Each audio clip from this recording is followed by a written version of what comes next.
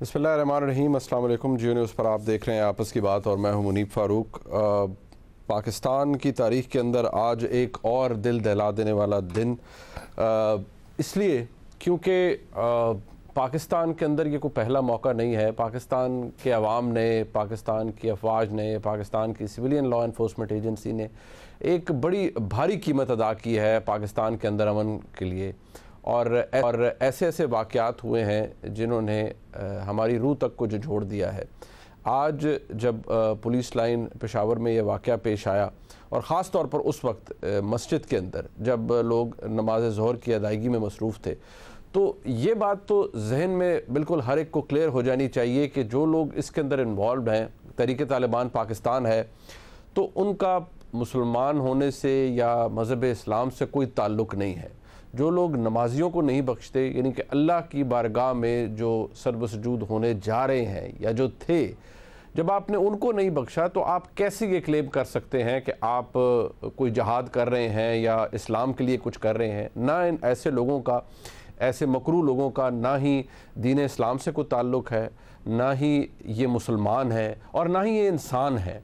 आज इतने अरसे बाद पाकिस्तान में, मैं हमेशा कहता हूँ कि बड़ी भारी कीमत अदा की है पाकिस्तान में। पाकिस्तान की आवाम ने, पाकिस्तान को मुआशी तौर पर जो नुकसानात हुए, पाकिस्तान की फ़ौज के, पाकिस्तान की एजेंसीज़ के सिर्फ जवान नहीं बल्कि अफसर तक शहीद हुए, डेकोरेटेड अफसर शहीद हुए। किस लिए? पाकिस्तान के अंदर अमन कायम हो इसलिए। आज हम ये कीमत क्यों दोबारा दे रहे हैं? पाकिस्तान के अंदर ये दहशतगर्दी दोबारा क्यों सर उठा रही है? एक सवाल ये भी है कि पाकिस्तान के अंदर अगर देखा जाए तो शेड्यूल्ड हैं इस साल इलेक्शंस। हमें बहुत से मसाइल ने घेर लिया है। मुआशी बहरान एक मौजूद है, वो आपके और मेरे सामने मौजूद है, और अगर चीज़ें स्टिच अप ना की गई बहुत जल्दी तो एक मसाइल उससे भी खड़े हो सकते हैं और बहुत वो एक अपहिल टास्क होगा पाकिस्तान के लिए कि उससे ख़ुद को बाहर निकाले।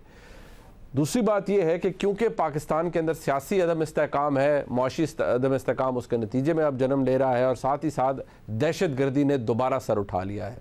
पाकिस्तान के अंदर ऐसे वाक़यात हो रहे हैं, इनके सदेबाब के लिए पाकिस्तान के अवाम तो कुर्बानी दे रहे हैं, लेकिन और क्या करने की ज़रूरत है और क्या होगा? और क्या ऐसे वाक़यात के होने के बाद पाकिस्तान के अंदर ये तासुर ज़ोर पकड़ा है कि पता नहीं इलेक्शंस हों या ना हो? खैबर पख्तूनख्वा के अंदर आप सबको पता है कि खैबर पख्तूनख्वा की असेंबली तहलील की जा चुकी है और वहाँ पर इलेक्शंस का शेड्यूल आना चाहिए, वहाँ पर इलेक्शन होने हैं। क्या ऐसी सूरत में सूबाई असेंबली खैबर पख्तूनख्वा के इंतखाबात हो सकते हैं? क्या ऐसी सूरत हाल के अंदर सूबाई असेंबली जो पंजाब की है वहाँ इंतखाबात हो सकते हैं या नहीं? और सबसे बड़ा सवाल ये कि जब मुल्क के अंदर ऐसे बहरान जन्म ले रहे हों तो एक ऐसा इलेक्शन जो कि शेड्यूल्ड है, आइनी तौर पर शेड्यूल्ड है, वो इलेक्शन यानी जनरल इलेक्शन, वफाक का इलेक्शन, खैबर बलूचिस्तान का इलेक्शन, सिंध की असेंबली, क्या वो हो पाएंगे अपने वक्त के अंदर? आज ये सवाल हर कोई कर रहा है और मुख्तलिफ बातें, मुख्तलिफ तावीलें भी पेश की जा रही हैं। जो सियासी एलिमेंट है वो एक साइड पर, लेकिन ये वो बातें हैं जिनके ऊपर ध्यान देने की ज़रूरत है कि ये दोबारा सिलसिला क्यों शुरू हुआ। यहाँ से तो खदेड़ दिया गया था दहशतगर्दी के नासूर को, इनको धकेल दिया गया था पाकिस्तान से बाहर, और यही इम्प्रेशन था कि अब शायद यहाँ पर आपको तहरीक तालिबान पाकिस्तान का वो फुटप्रिंट नज़र नहीं आएगा। लेकिन क्या गुंजाइश निकली? कैसे ये लोग वापस आए? साबिक वज़ीर-ए-आज़म जनाब इमरान खान ने मुतअद्दिद टीवी इंटरव्यूज़ के अंदर जो बात की या जो बातें उन्होंने रिकॉर्ड के ऊपर बुलाए, उनसे एक तासुर ये मिलता है कि शायद रियासत पाकिस्तान ने अपनी पॉलिसी को रिविज़िट किया, लोगों को आने दिया गया, लेकिन अगर कोई पीस एग्रीमेंट हुआ या कोई सीज़ फायर हुआ तो उसका कोई खातिर खा अच्छा नतीजा तो सामने नहीं आया।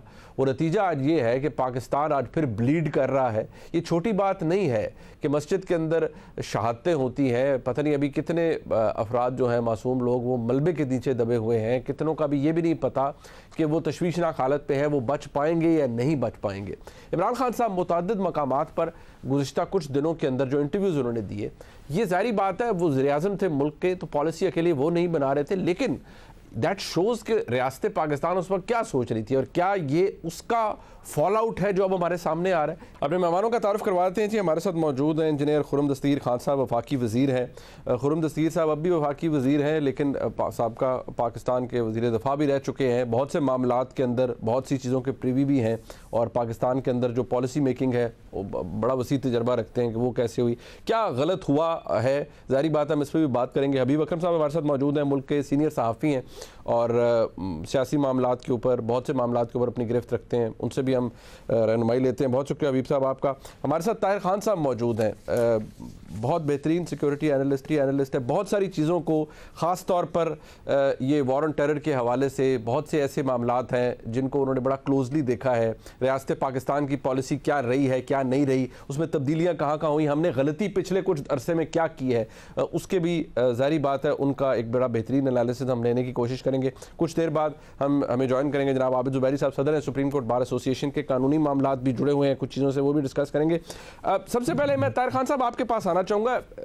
ज़ाहिर बात है मैंने इमरान खान साहब के कुछ क्लिप्स चलाए, उन्होंने कहा कि हमने रियासत ने बड़ी गलती की है, लोग वापस आए, उनको इंगेज नहीं किया, उनको दोबारा रिहेबिलिटेट करना था, यहाँ पर उनके लिए कोई मामलात बेहतर करने थे लेकिन कुछ नहीं हुआ। उन्होंने जिक्र किया कि उसमें फ़ाइटर्स भी हैं। अब फ़ाइटर्स कौन है, वो तहरीक तालिबान के लोग ही होंगे। लेकिन आपके नज़दीक आपकी अपने तज्ज़िये के हवाले से, अपनी इंफॉर्मेशन के हवाले से अगर बताएं और पाकिस्तान की आवाम को एजुकेट करें, ये जो अब दोबारा सर उठाया है दहशत गर्दी ने, इसकी आपके नज़दीक बुनियादी वजह क्या है? हमने क्या गलती की है पिछले 1-1.5 साल के अंदर? जी बहुत शुक्रिया आपका और दीगर मेहमानों की इजाज़त से मैं, चूँकि आपने मुझे पहले दावत दी है, एक जो अगर आप इजाज़त दे दें, इमरान खान साहब वाला जो बयान था, मैं सियासी पहलू पे बिल्कुल भी नहीं जाऊँगा, लेकिन जो टीटीपी की वापसी है वो टीटीपी के साथ मुज़ाकरात के एजेंडे पे एक अहम नुक्ता था। इख्तिलाफ ये था कि टीटीपी मुसल्लह हो कि इसलिए वापस आना चाहती थी कि उनका ये ख्याल था कि उनके हाथों काफ़ी सारे लोग कबाइली इलाकों में मारे गए हैं, तो उनको इंतकाम का एक वो था जो जिस तजवीज़ से मुत्तफिक नहीं हुई हमारे रियासती इदारे या जितने भी वहाँ पर मुज़ाकरात हुए हैं। तो एक वजह यह है कि फिर बाद में मैं तो उसको कहता हूँ एतमाद साजी का, कि कुछ लोगों को इजाज़त दी गई कि वो घरों में चले जाएं, लेकिन वो घरों में नहीं गए, वो सवात में वहाँ पर लोगों ने उसको देखा, वाक़यात भी हुए। तो मेरे ख्याल में यहाँ गलती थोड़ी सी हो गई थी कि जब तक मुआहिदा नहीं हुआ, जब तक आपको इत्मीनान नहीं था कि वो लोग वाकई वो घरों में चले जाएंगे, तो फिर तो ठीक था। लेकिन वो तो घरों में नहीं गए, वो तो मुसल्लह होके आए और फिर आपके सामने सूरत हाल है। दूसरा जो आप कानून की गलती कहाँ हुई, गलती फिर सबसे हुई है, और गलती ये हुई कि 2017 से 2020 तक फोकस दहशतगर्दी से, शिदत पसंदी से कम हो गई। जब कहा गया कि 95% दहशतगर्दी ख़त्म हो गई है और हमने उसको तोड़ दिया है नेटवर्क को, वो ख़त्म, फोकस पुलिस पे नहीं रही, फोकस दीगर चीज़ों पे भी नहीं रही, तो इंटेलिजेंस गैदरिंग पे नहीं रही, तो ये वाली आज की सूरत हाल हमारे पास अभी इसका सामना है। एक जो मैं समझता हूँ वो मेरी अपनी ज़ाती राय है कि जब सियासी बुहरान, सियासी दुश्मनी इतनी पहुँच गई थी कि मरकज़ खैबर पख्तूनख्वा को मौजूदा हुकूमत ब्लेम करती रही, खैबर पख्तूनख्वा मरकज़ को ब्लेम करती रही, चीज़ों को सीरियस नहीं लिया गया। आपको याद होगा नेशनल सिक्योरिटी कमेटी का इजलास हुआ, फैसले आए, राणा सनाउल्लाह साहब ने फैसले बता दिए, लेकिन आप ज़रा सगीर साहब से काइंडली ज़रा जरूरीगा कि उस इजलास के बाद जो 2 दिन इजलास हुआ, जुमे को, फिर वक्फा हुआ, फिर पीर को, कौन सा फैसला अभी तक उस पे अमल हुआ है? और आप देखें ये पेशावर का वाक़या हुआ ना, बहुत ज़्यादा उस पर वज़ीर आज़म साहब भी गए, आर्मी चीफ भी गए, बिल्कुल 2 हफ्ते बाद आप देखेंगे कि यही सूरत हाल होगी कि जब मामला थोड़ा डाउन हो जाएगा और टीवी चैनलों पे बहस खत्म हो जाएगी, तो फिर आपके सामने कुछ भी नहीं है। तो लिहाजा फैसले होते हैं, अच्छे फैसले होते हैं, हम उसको अमली जामा कौन पहनाएगा, उसको इम्प्लीमेंट कौन करेगा? अच्छा, मैं ताहिर खान साहब ये कमजोरी है सर, जरा ये भी बताएं। सोचा गया कि ताहिर भाई ये भी बताइएगा, वो गलत सोचा गया था कि वो घरों में जाएंगे। नहीं, बट वो आपने ये गलती पॉइंट आउट कर दी। अब जिस जगह पर हम चले गए हैं, ये एक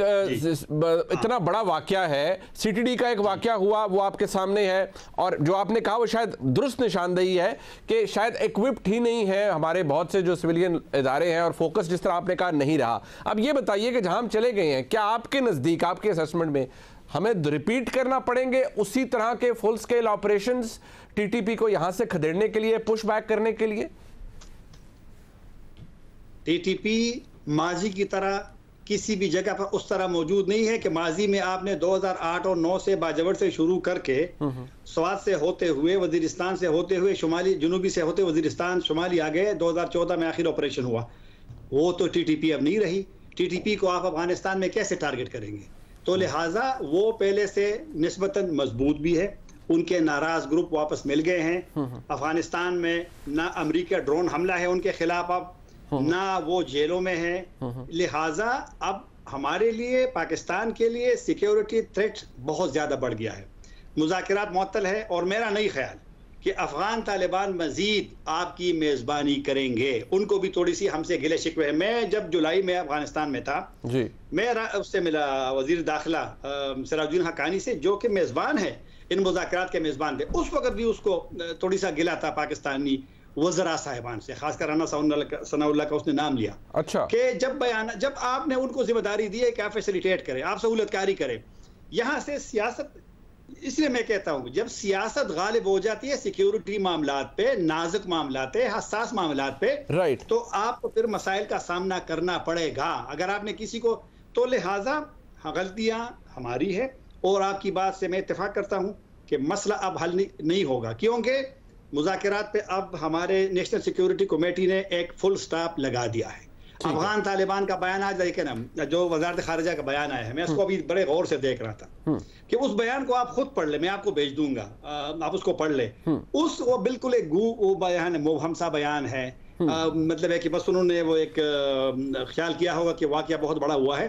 तो लिहाजा जिम्मेदारी हमारी है, बिल्कुल ठीक है, नहीं है, बिल्कुल हुकूमत के लिए, आपके लिए मसले हल करेंगे, मसले हमने खुद हल हल हमने खुद करने। आई रियली होप हम मसले हल कर सकें। ताहिर खान साहब मेरे साथ रहिएगा। खुर्रम साहब, अब जारी बात है, आपसे एक्सपेक्ट किया जाता है, आप वजारत आपके पास मुख्तलिफ है, लेकिन आप डिफेंस मिनिस्टर पाकिस्तान के रहे, मुतअद्दिद सेंसिटिव मामलात के आप प्रीवी रहे हैं, नेशनल सिक्योरिटी कमेटी के जो मामलात होते हैं आपने वो भी देखे हैं, हाउ इट वर्क्स।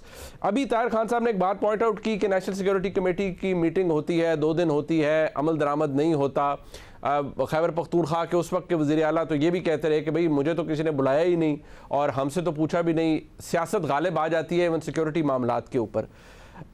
आज हुकूमत आपकी है, जिम्मेदारी भी आपकी है, क्या कैसे रिस्पॉन्ड करेंगे इस चैलेंज को? क्योंकि ये तो रिसर्जेंस है ना जी, और ठीक ठाक किस्म की रिसर्जेंस है टीटीपी की जानिब से। आप रियासत क्या प्रो एक्टिव है या हुकूमत पाकिस्तान प्रो एक्टिव है? फाइन, हर कोई अप्रीशिएट करता है, वज़ीर आज़म का पेशावर जाना, आर्मी चीफ गए हैं, बहुत अच्छी बात है, लेकिन लोग खैबर पख्तूनख्वा के अवाम इससे ज़्यादा डिजर्व भी करते हैं और एक्सपेक्ट भी कर रहे हैं आपसे।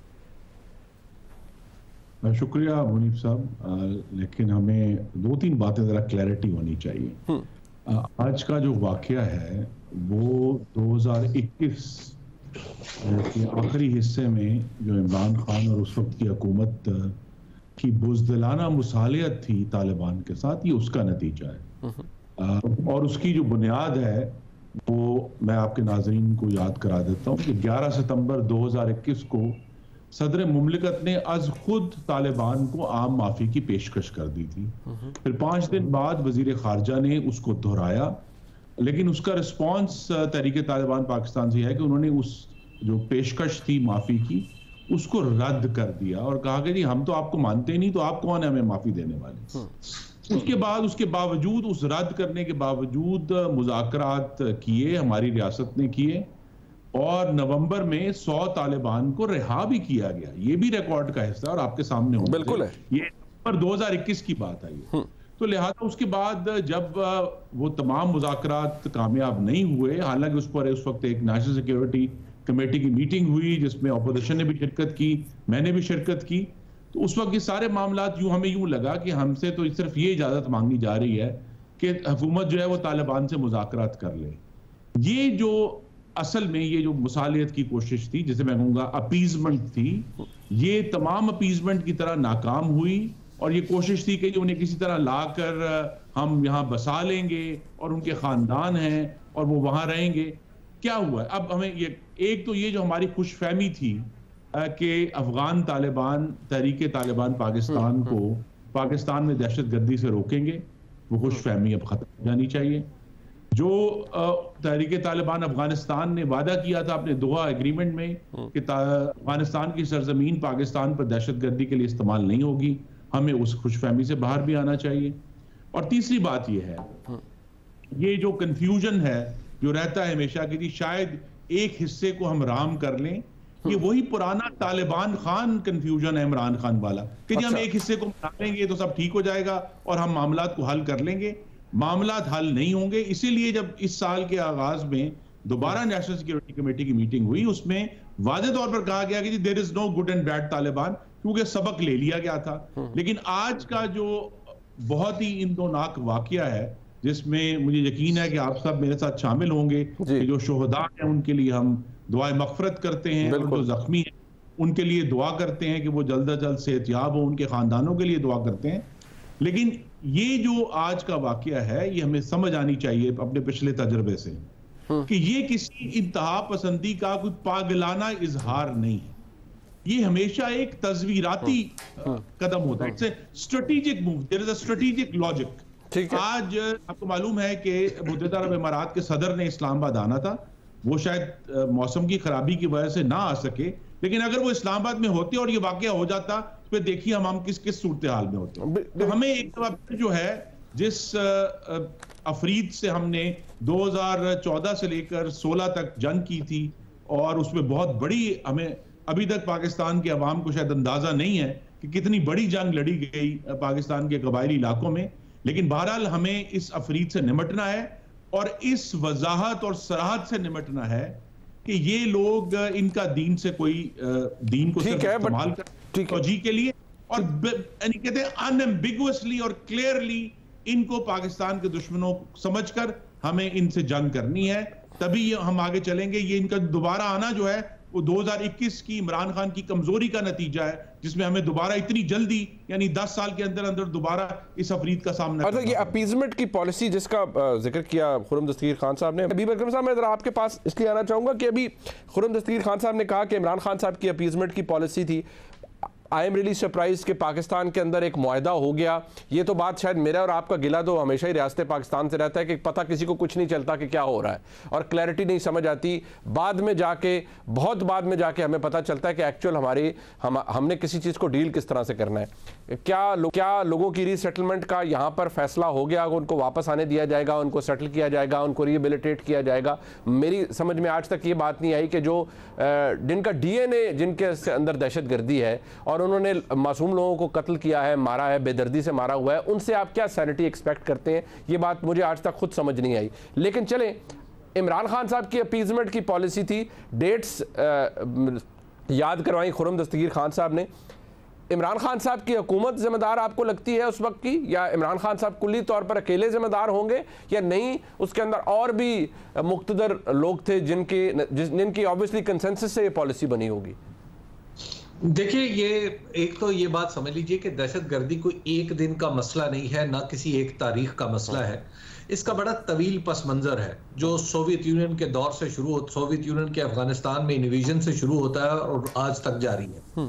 अब मसला यह है कि जब इतनी तवील अरसा दहशतगर्दी हो और इसका कुछ हिस्सा हमारी पॉलिसियों से पैदा हुआ हो, कुछ दहशतगर्दों को हमारे रियासत के अंदरूनी ढांचे से सपोर्ट मिलती रही हो, कुछ को हम अपनी प्रॉक्सी समझते रहे हों और कुछ को हम अपना दुश्मन समझते रहे हों, ये सारे काम कभी तो बैक वक्त हो रहे हो और कभी वक्त के फर्क से मुख्तलिफ औकात में मुख्तलिफ हो रहा हो।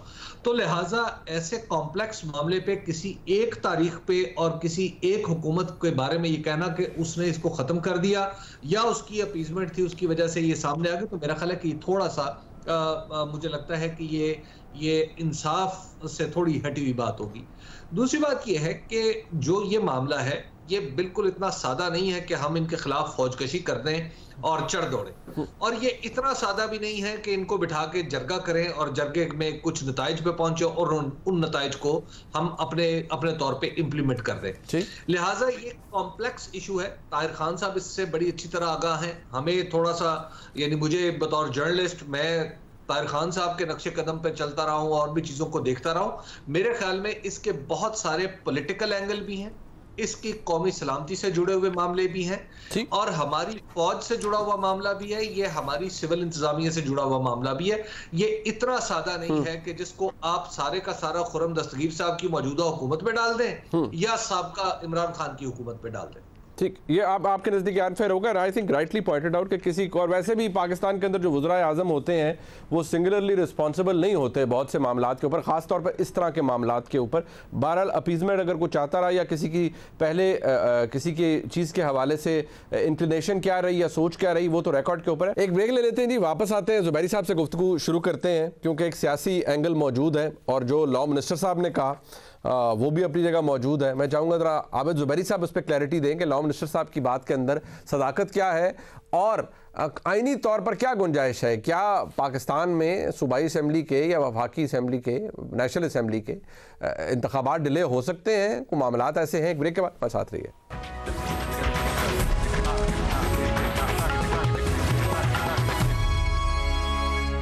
जनाब आज़म नज़ीर तारड़ साहब वफाकी वज़ीर कानून है, उन्होंने आज एक गुफ्तगू की, गुंजाइश की बात की कि कानूनी डिस्पेंसेशन के अंदर गुंजाइश हो सकती है, हालात पैदा हो जाए तो इलेक्शन आगे भी हो सकता है। क्या फरमा रहे थे जनाब आज़म नज़ीर तारड़ साहब, तो सुनते हैं। देखिए, हालात पे डिपेंड करता है। आज तो अभी कोई ऐसी तजवीज़ नहीं है, लेकिन खुदा न खास्ता अगर कोई लॉ एंड ऑर्डर की सिचुएशन है, कोई मौशी लिहाज से कोई ऐसी सूरत हाल से अल्लाह ना करे कि कोई ऐसी सूरत हाल बने, तो बिल्कुल कॉन्स्टिट्यूशनल डिस्पेंसेशन मौजूद है। आइन में ऐसी शिक्के हैं जिनकी वजह से आप इख्तियार देते हैं आइन के अंदर रहते हुए ही कि आप उसमें वक्त की कमी बेशी की जा सकती है। लेकिन जो कानून इस वक्त सूरत हाल के मुताबिक जो आईनी वक्त है वो 90 रोज है। और माजी में आपने देखा होगा जैसे 1988 में सैलाब जब आए थे तो इंतखाबात मुलतवी कर दिए गए थे, अगस्त में हालात ऐसे नहीं थे कि इंतखाबात हो सके। इसी तरह जनवरी में इंतखाबात होने थे सन 2008 में, लेकिन मोहतरमा शहीद बेनज़ीर भुट्टो साहिबा की शहादत की वजह से वो एक इतना बड़ा हादसा था कि उसकी वजह से सारे स्टेक होल्डर्स बैठे और इलेक्शन कमीशन ने इंतखाबात की तारीख तब्दील करके उसको 6-8 हफ्ते आगे ले गए थे। तो ये चीजें होती रही और आइन में गुंजाइश है इस तरह की। भाई साहब ये फरमाइएगा, वज़ीर कानून कहते हैं कॉन्स्टिट्यूशनल डिस्पेंसेशन के अंदर ये गुंजाइश मौजूद है, बट सवाल ये है मुआशी इमरजेंसी लग सकती है या नहीं? मुआशी हालात दिगर गु हैं, ये आपको मुझे हम सबको पता है। लॉ एंड ऑर्डर की सिचुएशन ख़ास तौर पर आज के हालात के बाद एक ऐसी डेवलप हो रही है जिससे फिर बहुत से रास्ते निकल सकते हैं। पहले तो ज़रा पाकिस्तान के अवाम को ये क्लियर हो जाए, आपके नज़दीक को गुंजाइश है? क्योंकि बहुत से लोग ये कहते हैं कि जी ये लिखा हुआ है कि 90 रोज़ के अंदर इंतखाबात होने चाहिए अगर असम्बली की मुद्दत पहले तहलील हो जाती है असेंबली, लेकिन ये कोई बाइंडिंग नहीं है और इसमें गुंजाइश निकल सकती है। वो अभी तक गवर्नर साहब ने भी पंजाब के जो है उन्होंने रिस्पॉन्ड नहीं किया इलेक्शन कमीशन के उस खत को। क्या गुंजाइश है सर आपके नज़दीक या नहीं? ये बाइंडिंग है और 90 रोज़ में इलेक्शन शेड्यूल अनाउंस होना है, 90 रोज़ में इंतखाबात होने चाहिए। बिस्मिल्लाहिर्रहमानिर्रहीम। बहुत शुक्रिया। पहले तो मैं भी बहुत ताज़ियत करता हूँ आज जो ख़ास अंदरनाक वाक़या हुआ है पेशावर में। हमने सुप्रीम कोर्ट बार के लेवल से भी ताज़ियती पैगाम दिया है और अल्लाह हम सब के मग़फ़िरत फरमाए और जो ज़ख्मी हैं उनको अल्लाह शिफा अता फरमाए। बहुत ही ख़तरनाक आज बात हुई है, अल्लाह हम सब की वादे है। देखिए, आपने अभी जनाब फेडरल मिनिस्टर की बात सुनाई, मैं बिल्कुल उनसे मुत्तफ़िक नहीं हूँ। आइन में कोई इस चीज़ की गुंजाइश नहीं है कि इस 90 दिन के पीरियड को बढ़ाया जाए। तो मैं आपके इस फोरम से बताना चाहता हूं कि 90 दिन का पीरियड जो है वो अटल है। देखिए, वो जो इन्होंने एग्जाम्पल दी शहीद बेनज़ीर भुट्टो साहबा की शहादत की, उस वक्त लोगों ने बैठ के उसको आगे किया था, लेकिन इस वक्त कोई इस तरह के हालात नहीं है कि आप इसको डिले करें। मतलब हो सकता है किसी की ख्वाहिश ज़रूर हो सकती है कि इस इलेक्शन को डिले किया जाए, अपनी गवर्नमेंट को तूल देने की लोगों की ख्वाहिशें हो सकती हैं, लेकिन आइन के अंदर कोई गुंजाइश नहीं है कि इसको दिया जाए। पंजाब असम्बली एक दिन तहलील हो गई, उसको एडवाइस दे दी थी चीफ मिनिस्टर में, उसके बाद एक केयर टेकर सेटअप आ गया। उनको 90 दिन के अंदर इलेक्शन होल्ड करना है, चाहे गवर्नर साहब उसकी तारीख दें या ना दें, इलेक्शन कमीशन दे। इलेक्शन कमीशन का काम है इलेक्शन 90 दिन में होल्ड करना। यही आर्टिकल 224A प्रोवाइड करता है कि ये प्रोसीजर्स उनके पास चला जाता है किस तरह से उनको करना है। तो ये सारा एक तरीक़ाकार मुरतब किया हुआ है और मैं दरख्वास्त करूँगा सारे स्टेक होल्डर से कि जो आइन के अंदर जो टाइम दिया होता है उसकी सख्ती से पाबंदी करें, ताकि यही हमारे जमहूरियत के आगे बढ़ाने के लिए ज़रूरी है। इस वक्त जो हालात चल रहे हैं, मैं समझता हूँ, मेरी अपनी राय है, बाकी और लोगों की हो सकती है ना हो, कि इलेक्शन ही हमारा अब हल है कि इन इलेक्शन ये इकनॉमिक माशियाती प्रॉब्लम, इकनॉमिक कंडीशंस और पॉलिटिकल स्टेबिलिटी को लाने के लिए इलेक्शन ही हल होना चाहिए। अच्छा जुबैर साहब, ये फरमाइएगा, ये बात आपने बड़ी क्लैरिटी से बता दी। आपने बात की इमरजेंसी की बात की। जी जी जी बिल्कुल जी, ये फरमाइएगा इसके ऊपर। आपने बात की इमरजेंसी की, इमरजेंसी प्रोविजन से। देखिए आर्टिकल 232 से लेकर 235-36 तक है। 235 में फाइनेंशियल इमरजेंसी लग सकती है, लेकिन उसके भी वो president has to be satisfied, उसका एक पूरा तरीका मुरतब किया है। कहीं किसी के हालात खराब हो जाते हैं मुल्क में, वैसे इमरजेंसी लग सकती है वो। और आज से 232 है, 234 है, सारी ये चीज़ें मौजूद हैं आइन के अंदर। आइन खुद प्रोवाइड करता है इस चीज़ों के, लेकिन वो सेटिस्फेक्शन तो प्रेसिडेंट होता है। फिर वो असेंबलीज खुद उसको वो कहती हैं कि जी आप हमारी पावर सेंटर को दे देती हैं। वो सारी तरीक़ाकार दिए हुए, लेकिन मैं नहीं समझता कि हालात इस तरह के हैं कि प्रेसिडेंट साहब की सेटिस्फेक्शन होगी कि वो किसी तरह की किसी फॉर्म की इमरजेंसी इस मुल्क में नाफिज करें। अच्छा। क्योंकि देखिए कोई ऐसा इशू नहीं है, पंजाब के अंदर केयरटेकर सेटअप आ गया, आप उसमें इलेक्शन होल्ड करें। KP के पहले भी होते रहे, और देखिए मुल्कों में आप ईरान जंग देखिए, जब हो रही थी 8 साल तक जंग चली, हमेशा इलेक्शन हुए ईरान में, कभी नहीं हुए। बिल्कुल ठीक। अच्छा बट जुबैर साहब, एक इसमें मैं जरा ये भी चाहूँगा, क्योंकि ये भी एक तौजीह पेश की जा रही है, खासतौर पर मुस्लिम लीग नून के बहुत से लोग ये कहते हैं कि जी देखिए वो 90 दिन का लिखा हुआ है पर कॉन्सिक्वेंस नहीं लिखा हुआ, कि अगर 90 दिन में नहीं होते, और फिर वो आर्टिकल 254 का हवाला देते हैं कि आइन ये कहता है अगर कोई चीज़ वो जो मियाद मुद्दत है उसके अंदर नहीं हो, और अगर वो उससे बाद हो तो वो इनवैलिडेट नहीं हो जाता प्रोसेस। ऑल्दो वो एक बड़ी स्ट्रेंज सी इंटरप्रिटेशन दी जाती है। बट मुझे ये बताइएगा, वो कहते हैं जी अगर नहीं होते इलेक्शन फॉर सम रीज़न तो क्या हो जाएगा अगर 90 दिन में ना इलेक्शन हुए, तो उनके लिए क्या जवाब है, जरा क्लैरिटी से वो भी, कि obviously it will be unconstitutional. बिल्कुल, it will be totally unconstitutional. It will be unconstitutional. For example वो 1 साल तक ना होल्ड करें केयरटेकर सेटअप, वो कहते हैं कि जी 90 दिन में क्यों, अगर कम नहीं है आप उसको 180 दिन 360 दिन में करें, पूरे साल के बाद करें। नहीं, फिर तो कोई रुकने का मकसद नहीं है। देखिए पीरियड जो प्रोवाइडेड होता है, कुछ चीज़ें होती हैं, एक असेंबली ने अपना टाइम पूरा कर लिया, वो 5 साल के जैसे अस्यूमिंग नॉर्मल कोर्स में टाइम पूरा हो जाता है, उसके बाद केयरटेकर सेटअप आ जाता है। उनका काम सिर्फ इलेक्शन होल्ड करना है। उनका काम ये नहीं है कि उसको तूल देना, अपनी हुकूमत को तूल देना, क्योंकि आप देखिए नॉर्मल असेंबली खत्म हो चुकी होती है, जो इलेक्टेड असेंबली होती है। तो ये कहाँ, ये किसके इस तरह की इंटरप्रिटेशन दी जा रही है कि जी एक केयरटेकर सेटअप जो इलेक्टेड नहीं है, जिसका सिर्फ और सिर्फ मकसद है डे टू डे, यही जजमेंट है सुप्रीम कोर्ट की, हाई कोर्ट्स की, कि वो डे टू डे सिर्फ काम कर सकते हैं, वो कोई पॉलिसी डिसीजन नहीं ले सकते।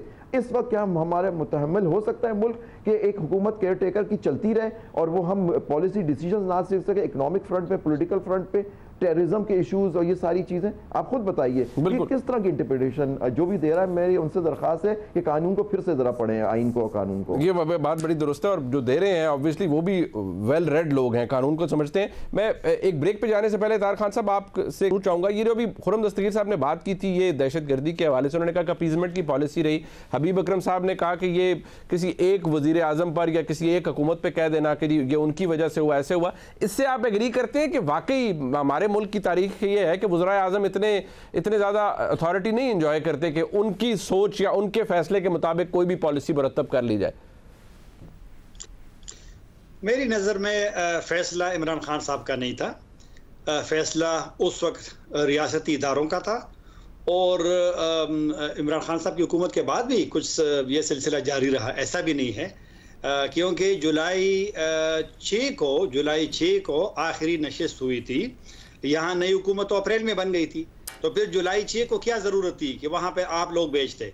तो लिहाजा फैसला रियासती इदारों का था, एक फ़र्द का नहीं था।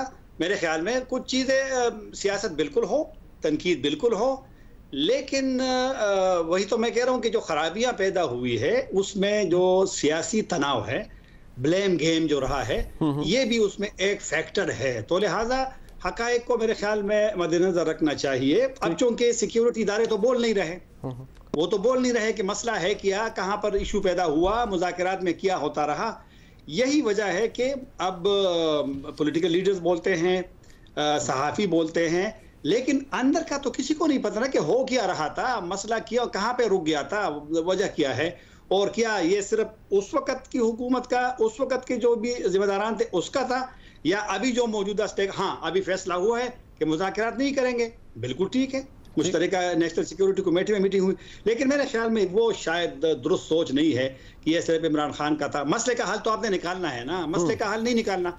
11-12 साल हम लड़ चुके हैं, ठीक है, 10 साल और लड़ जाएंगे, तो मसला तो फिर नहीं है। एक दफ़ा तो आपने मुज़ाकरात पर तो जाना है ना, किसी भी स्टेज पे। ख़त्म तो आप उसको इसलिए नहीं कर सकते कि अभी तो मजबूत हो गए माजी से निस्बत, अब तो अफगानिस्तान में वो है, तो अफगानिस्तान में कैसे आप उसको टारगेट करेंगे? चलो आपने टारगेट भी किया एक जगह पे, लेकिन वो एक जगह पे तो नहीं है, वो तो कुरन से लेकर के पक्तिका तक है, एक उधर है शुमाल की तरफ, मतलब मशरिक उस साइड पे है, एक दूसरी साइड पे है, तो लिहाजा मसला पेचीदा है। और मेरे ख्याल में हर चीज़ को सियासी ना बनाया जाए। अगर कोई मनफी स्टेक हो, मेरा तो ये ख्याल है, मैंने तो नेक्टा के साबिक सरबराह से पूछा, एहसान गनी साहब से, उसने कहा नेशनल सिक्योरिटी कमेटी में इमरान खान साहब को बुलाना चाहिए था, क्योंकि उनका भी ख्याल है कि इमरान खान साहब इस वक्त मनफी स्टेक होल्डर है, और तमाम स्टेक होल्डर को वो करना चाहिए, इकट्ठा करना चाहिए।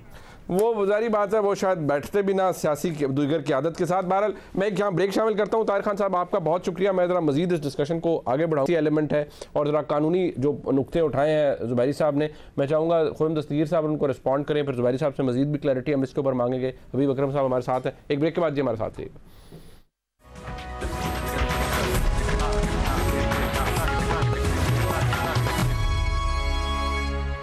दिलचस्प बात यह है कि शाहिद खाकान अब्बासी साहब साबिक़ वज़ीर-ए-आज़म हैं पाकिस्तान के और पाकिस्तान मुस्लिम लीग नून के बहुत सीनियर मेंबर हैं। उन्होंने रिसेंटली इंतखाबात के हवाले से एक स्टेटमेंट दी। वो बड़ी इंस्ट्रक्टिव इसलिए है कि एक जानिब जहाँ जनाब आज़म वज़ीर तारड़ साहब ये कह रहे हैं कि गुंजाइश मौजूद है, जिसको ये अक्सर मुस्तरद कर रहे हैं जनाब आबिद ज़ुबैरी साहब, वहाँ शाहिद खाकान अब्बासी साहब का एक डिफरेंट व्यू है, मुस्लिम लीग नून का है लेकिन एक डिफरेंट पॉइंट ऑफ व्यू है। खुर्रम दस्तगीर साहब, आप माशाल्लाह हल्के की सियासत करते हैं, सियासत को बड़ी अच्छी तरह समझते हैं, but now we have come down to this, जहाँ पहले तो चले तासुर था और कि पूरी PDM इंतखाबात से दूर भाग रही है। इमरान खान साहब इसको बार बार कहते भी रहे कि क्योंकि मैं पॉपुलर हूँ ये मेरा सियासी तौर पर मुकाबला नहीं कर सकते, लेकिन अब तो बात कानूनी है। ज़रा ये रहनुमाई फरमाएं और इसके ऊपर एक क्लियर अनइक्विकल स्टेटमेंट आपकी जानिब से मैं चाहूँगा अगर आप दें हमारे व्यूअर्स के लिए भी, कि क्या ऐसी कोई सोच है PDM की हुकूमत में कि पंजाब के अंदर जो पंजाब असम्बली के इलेक्शंस हैं वो डिले हो जाएं, या डिले करने का सोचा जा सकता है, ऐसे हालात पैदा हो सकते हैं? क्योंकि गवर्नर साहब ने अभी तक इतलात ये हैं, गवर्नर पंजाब ने रिस्पॉन्ड नहीं किया, इलेक्शन कमीशन ने ख़त लिख दिया है कि आप पाबंद हैं बताने के कि जी आपने इस दौरान इन 4 दिनों के अंदर कोई एक डेट रखनी है कि जी जब आपने इलेक्शन कंडक्ट होना है, लेकिन गवर्नर साहब रिस्पॉन्ड नहीं कर रहे पंजाब के जनाब बलीगुर रहमान साहब। क्या सोच है आपकी जमात के अंदर, PDM की हुकूमत के अंदर इस हवाले से? ताखीर की सिर्फ क्यास आराई है और ताखीर का मामला मैं पूरे वसूख के साथ आपके नाजरीन के साथ शेयर कर दूं। ऐसी कोई संजीदा डिस्कशन वफाकी हुकूमत में या PDM में नहीं हुई। हम आइन के पाबंद हैं और इंशाल्लाह ना सिर्फ पंजाब में बल्कि खैबर पख्तूनख्वा में जो 90 दिन की आइनी मुद्दत है उसमें इंतखाबात इंशाल्लाह होंगे। और अगर कोई ताखीर भी है गवर्नर साहब की तो मुझे ये तवक्को है कि अगले चंद दिनों में वो भी दूर हो जाएगी। ये इबहाम दूर होना चाहिए। इलेक्शन अपने वक्त पर होंगे, ज़मीनी इंतखाबात अपने वक्त पर होंगे, और ये ठीक है इस पर बहुत एक खतीर रकम का खर्चा होगा, कोई 70 से 100 अरब रुपए का खर्चा है, लेकिन जमहूरियत के लिए हमें ये जो ज़रूरी इंतजामात हैं वो करने। तो लिहाजा, और ये भी मैं यकीन दिला दूं इस मौके पर कि हमारा कोई इरादा नहीं है कि इमरान खान की तरह हम डस्का में जो किया था कि हम कोई प्रिजाइडिंग अफसर अगवा करेंगे, हम कोई गोलियां चलाएंगे, हम कोई खवातीन वोटरों को हरासा करेंगे, ऐसा कोई मंसूबा नहीं है। इलेक्शन आईनी मुद्दत में इंशाल्लाह साफ, शफाफ और गैर आईनी मुदाखलत से पाक हों। यानी कि कोई धुंध पड़ने का अंदेशा नहीं है, इम्कानात नहीं है। वो तारीखी धुंध थी ना सियालकोट में जो पड़ी।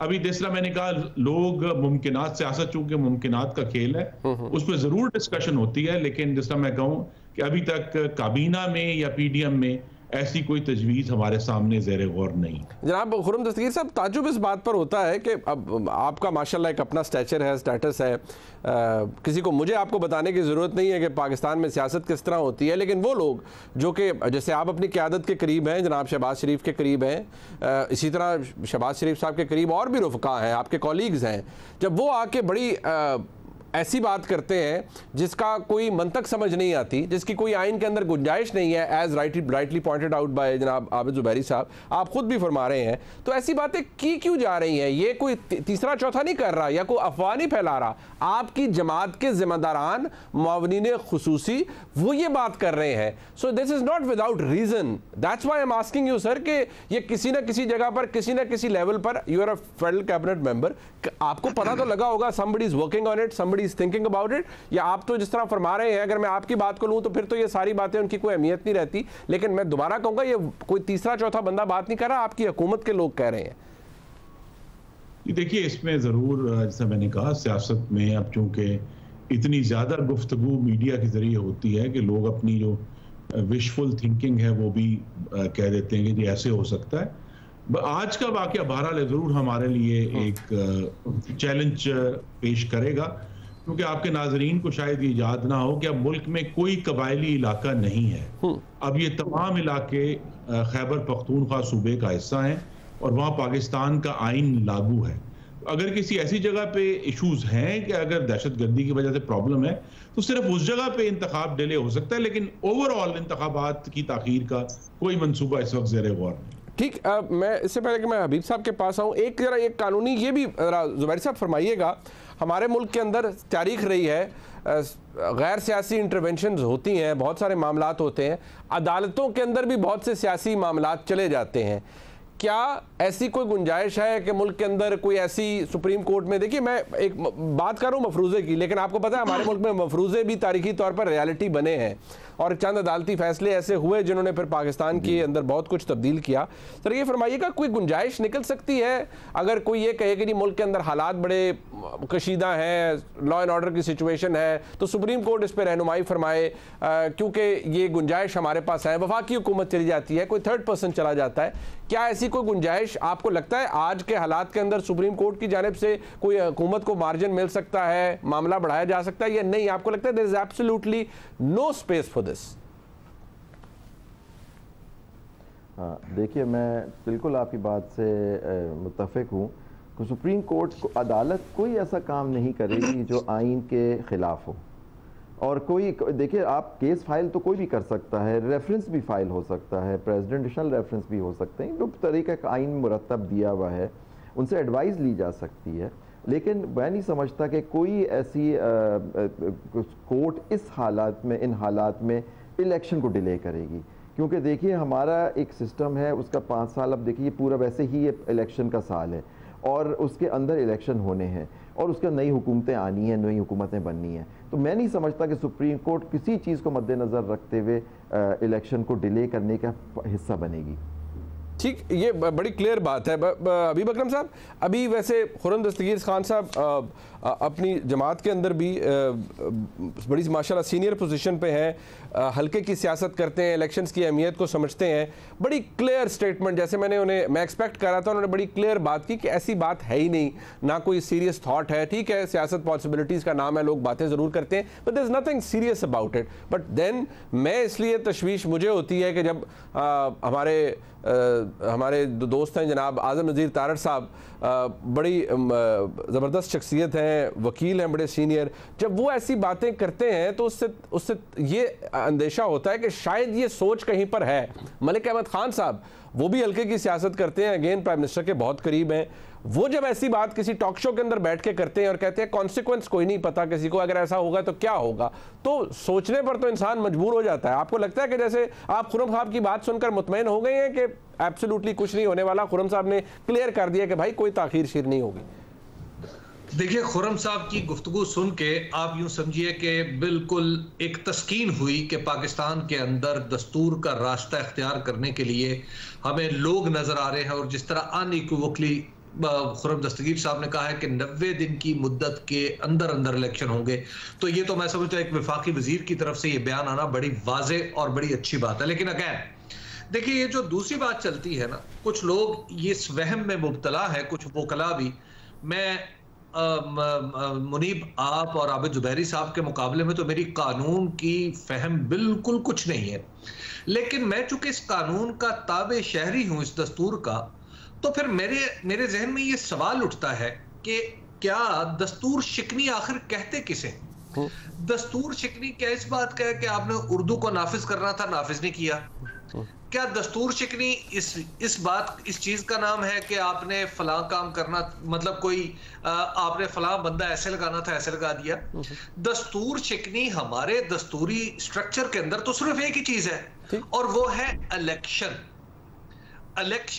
या मैं कह दूं कि जनाब, मैं हबीब अकरम अपने आप को चीफ जस्टिस ऑफ फलां कोर्ट करार देता हूं, या ये मैं कह दूं कि मैं हबीब अकरम अपने आप को मेंबर कौमी असम्बली या मेंबर सूबाई असम्बली या मेंबर सेनेट करार देता हूं। ये है ना दस्तूर शिकनी। बिल्कुल ठीक। दस्तूर शिकनी भाई वो शख्स जो बगैर इलेक्टोरल प्रोसेस के किसी ओहदे पर काबिज हो गया है, तो इसका मतलब है उसने दस्तूर तोड़ दिया है। तो लिहाजा इलेक्शन ना कराना, मुझे ऐसा लगता है, ये तो आबिद जुबैरी साहब और आप जैसे लोग बताएंगे कि इलेक्शन ना कराने का सीधा मतलब ये है कि दस्तूर शिकनी, और दस्तूर शिकनी की सजा गालिबन आर्टिकल 6 में लिखी हुई है। अब इसका जवाब आप ही बताएं और आबिद साहब बताएं, मुझे तो यही समझ में आता है। आबिद साहब तो बता चुके, जुबैरी साहब बता चुके हैं, उन्होंने बड़ा क्लियरली कह दिया है। और जैसे आपने कहा उस तरह खुर्रम साहब की, अब वो मुस्कुरा भी रहे हैं, और खुर्रम साहब की बात से तो मुझे भी बड़ी तस्कीन हुई है। और हमारे जो बहुत से, खास तौर पर अगर इमरान खान साहब, वैसे तो उनकी मोहब्बत हमारे साथ दीदनी है, लेकिन अगर वो देख रहे होंगे खुर्रम साहब को, तो उनको भी शायद तस्कीन होगी, क्योंकि वो काफ़ी मुस्तरब हैं आजकल। उनको लग रहा है कि कुछ होने वाला है या कोई प्लानिंग कर रहा है। अभी तो उन्होंने रिसेंटली जो पर्दा उठाया कि उनकी कत्ल का मंसूबा बनाया गया, और उसके अंदर तो उन्होंने बड़े ताकतवर हल्कों का जिक्र कर दिया है। खैर वो एक और सब्जेक्ट है। बट खुर्रम साहब, आपका शुक्रिया हबीब अकरम साहब अदा कर रहे हैं कि आपने बड़ा कमाल काम किया। आपने बहसियत वफाकी वजीर फर्ज अदा कर दिया कि आपने क्लैरिटी दे दी अवाम को। जी क्लैरिटी है, लेकिन उस क्लैरिटी के साथ आपने इमरान खान साहब का जिक्र किया, उन्हें जवाब देना है कि 9 साल खैबर पख्तूनख्वा में उनकी हुकूमत थी, तो ये पुलिस लाइन का वाकया कैसे हो गया? क्योंकि अब तो अफगानिस्तान में बैरूनी तसल्लुत और कब्जे का बहाना भी नहीं है कि जी कोई जिहाद हो रहा है। अब तो वहां खुद हुकूमत वो बनी हुई है जो जिहाद कर रहे थे, जिनका ये ख्याल था कि वो जिहाद है। अब जबकि वो बहाना भी नहीं है, तो इमरान खान साहब को जो आने वाले इंतखाबात हैं जो इंशाल्लाह वक्त पर होंगे, उनको ये जवाब देना है कि उनकी हुकूमत ने ये 9 साल सेहत के लिए, तालीम के लिए, अमन व अमान के लिए, टेररिज्म के लिए, इंफ्रास्ट्रक्चर के लिए केपी में क्या किया और 4 साल पंजाब में क्या किया। क्योंकि अगर परफॉर्मेंस को बुनियाद बनाना, और हम इंशाल्लाह जैसी भी हमारी परफॉर्मेंस है इंशाल्लाह वो लेकर अक्टूबर में अवाम के पास जाएंगे, लेकिन अभी जब अप्रैल में इंतखाबात होने हैं तो इमरान खान ने जवाब देना है कि उन्होंने ये 2 सूबे, एक 9 साल और एक 4 साल किस तरह चलाया, और फिर अवाम को इसका सेटिस्फाई भी करें। ये सवाल जो है, ये सवाल हम पूछेंगे इसलिए कि हमें इनसे भी जो जवाब चाहिए कि जनाब वहां अगर तालीम की सूरत हाल तबाह हाल है, अगर सेहत में आपने तबाही कर दी है, इंफ्रास्ट्रक्चर नहीं बनाया, आपने दहशतगर्दी को रोकने के लिए कोई इकदामात नहीं किए, तो फिर कौन जिम्मेदार है? तो जिम्मेदारी उनको भी, बिल्कुल ठीक, जिम्मेदारी भी उनकी होगी और देना है। लेकिन जैसे आबिद जुबैरी साहब ने कहा कि गुंजाइश कोई नहीं है, और अगर आप इसको इधर उधर करेंगे तो वो सीधा सीधा अनकॉन्स्टिट्यूशनल है, उसकी कोई गुंजाइश आइन और कानून के अंदर नहीं है। मैं जनाब आबिद जुबैरी साहब का, जनाब खुर्रम दस्तगीर खान साहब का, हबीब अकरम साहब का और तारिक खान साहब का बहुत शुक्रिया अदा करूँगा। प्रोग्राम आपने देखा, देखने का बहुत शुक्रिया। खुदा हाफ़िज़।